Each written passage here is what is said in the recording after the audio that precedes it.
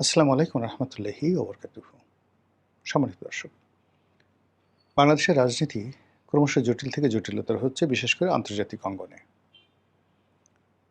আপনারা জানেন যে বাংলাদেশে এখন অন্তত ৫টি পঞ্চপাণ্ডব বলতে পারেন, ৫টি রাষ্ট্র সরাসরি আমাদের রাজনীতির ব্যাপারে নাক গলাচ্ছে, অভ্যন্তরীণ বিষয়ে হস্তক্ষেপ করার চেষ্টা করছে এবং বন্ধুর বেশে আমাদের বুকে অথবা পিঠে আমি কিছু বললাম না, কিছু একটা করার চেষ্টা করছে। সেই রাষ্ট্রগুলোর মধ্যে ১ নম্বর হলো আমেরিকা। এরপরে ইউরোপের রাষ্ট্রগুলোর মধ্যে তুরস্ক, এশিয়ার রাষ্ট্রগুলোর মধ্যে চীন, পাকিস্তান এবং ভারত। এই ৫টি রাষ্ট্র। আপনি যখনই কোনো একটা জায়গাতে দেখবেন এরকম সংখ্যা ৫টির সংখ্যা হয় পঞ্চপাণ্ডব।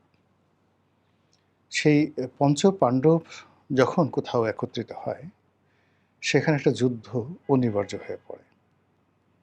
যেকোনো একটা জায়গাতে আ কতগুলো ট্রায়াঙ্গল রয়েছে। যেমন ধরুন দুটো পক্ষের মধ্যে সংঘর্ষ, ৩টি পক্ষের মধ্যে সংঘর্ষ, এটিকে ট্রায়াঙ্গল বলা হয়। আরেকটিকে বলা হয় পরস্পর বিরোধী। আরেকটা হচ্ছে চতুর্মুখী। কিন্তু যেখানে ৫টি কোণ থাকে, ৫টি ক্ষেত্র থেকে অধিক্ষেত্র থেকে ৫ ধরনের সিদ্ধান্ত আসে, এটিকে আমরা জ্যামিতির ভাষায় বলি রম্বস। আর সেই রম্বস যখন রাজনীতির ময়দানে আসে, তখন কোনো অবস্থাতেই যুদ্ধ এড়ানো যায় না এবং সেই যুদ্ধের পরিণতি মারাত্মক আকার ধারণ করে। বাংলাদেশে এখন যে ৫টির কথা বললাম রাষ্ট্রশক্তি, পঞ্চপাণ্ডব, ঠিক একই অবস্থা দেখেন এখন ইরানে ঘটছে। সেখানে Iran, America, Israel, Iran, America, Israel. এরপর রাশিয়া এবং চীন। দেখেন ৫টা রাষ্ট্র। এই ৫টি রাষ্ট্রের যে স্বার্থ এবং অন্যান্য যে বিষয়, এই পুরো বিষয় পুরো মধ্যপ্রাচ্য, হরমুজ প্রণালী এবং আরেকটা হরমুজ প্রণালীর মতো গুরুত্বপূর্ণ আরেকটি প্রণালী রয়েছে, যেটা বাব আল মান্দ, ইয়ামেনের কাছাকাছি, যেটি হুতিরা নিয়ন্ত্রণ করতে পারে।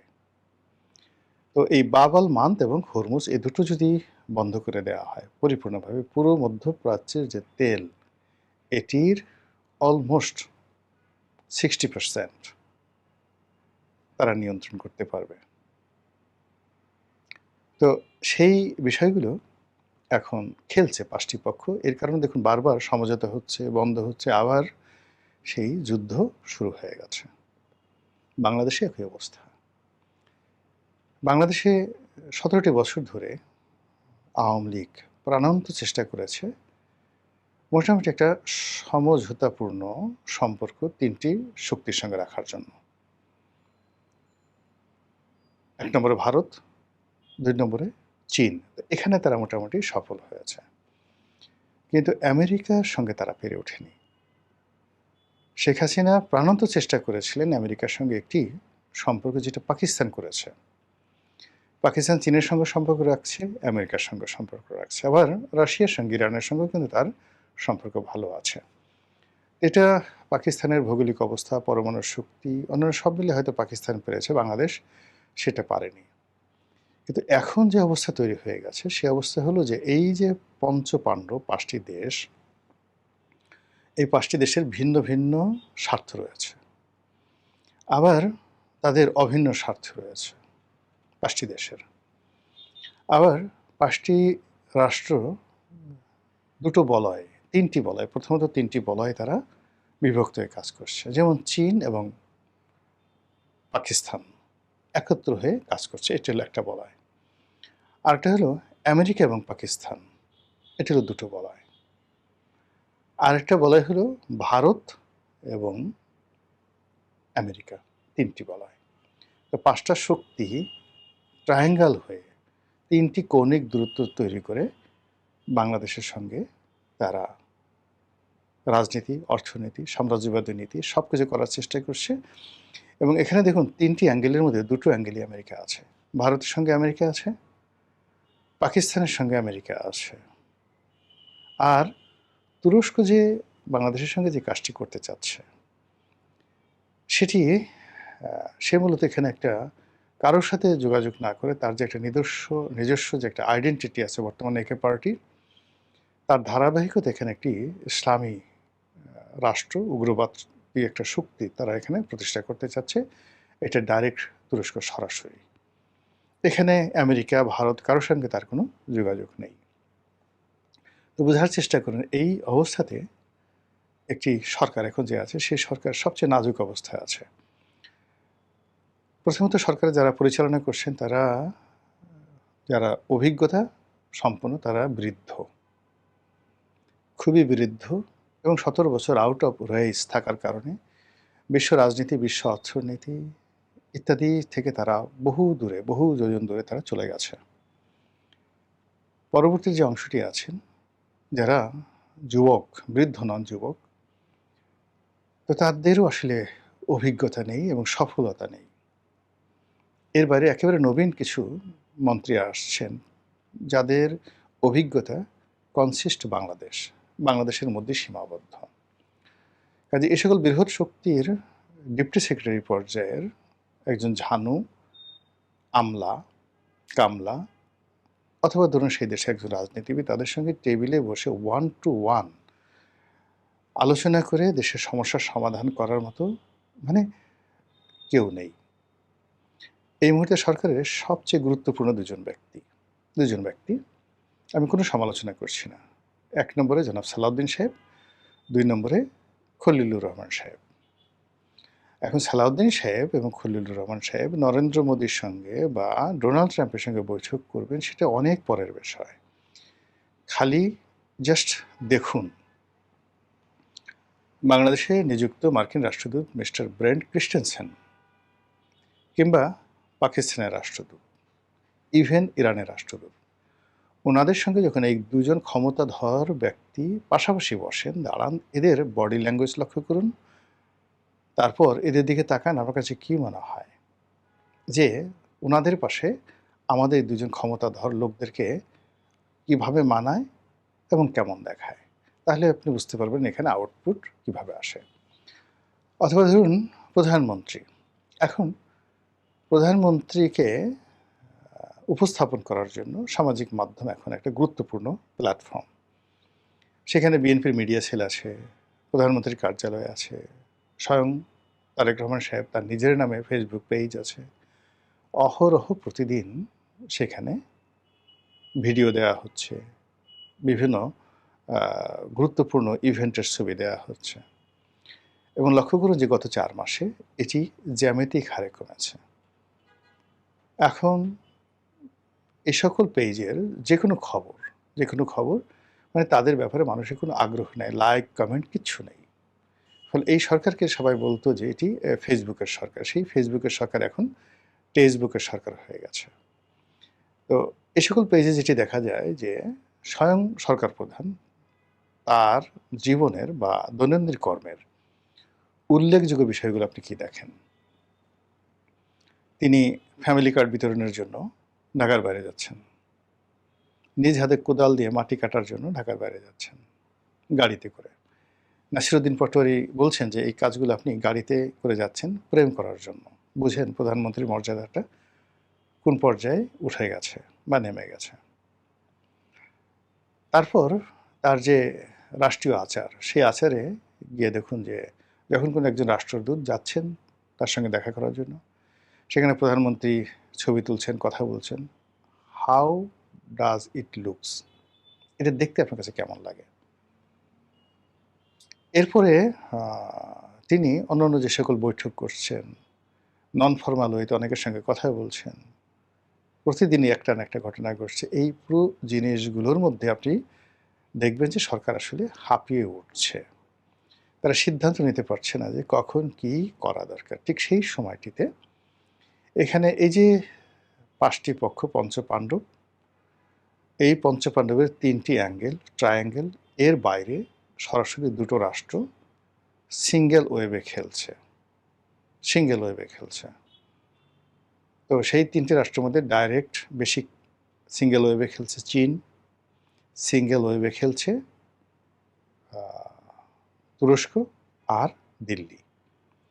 তো বাকি বিষয়গুলো নিয়ে যদি আমি বলতে যাই, এতে করে আপনাদের ধৈর্যচ্যুতি ঘটবে এবং ভিডিওর পরিমাণ বড় হবে। আমি শুধু দিল্লিকে নিয়ে মানে যতটুকু আমি বুঝেছি সেটা হলো দিল্লি সেই ২০১৭-১৮ সন থেকেই আওয়ামী লীগের উপর বিরক্ত।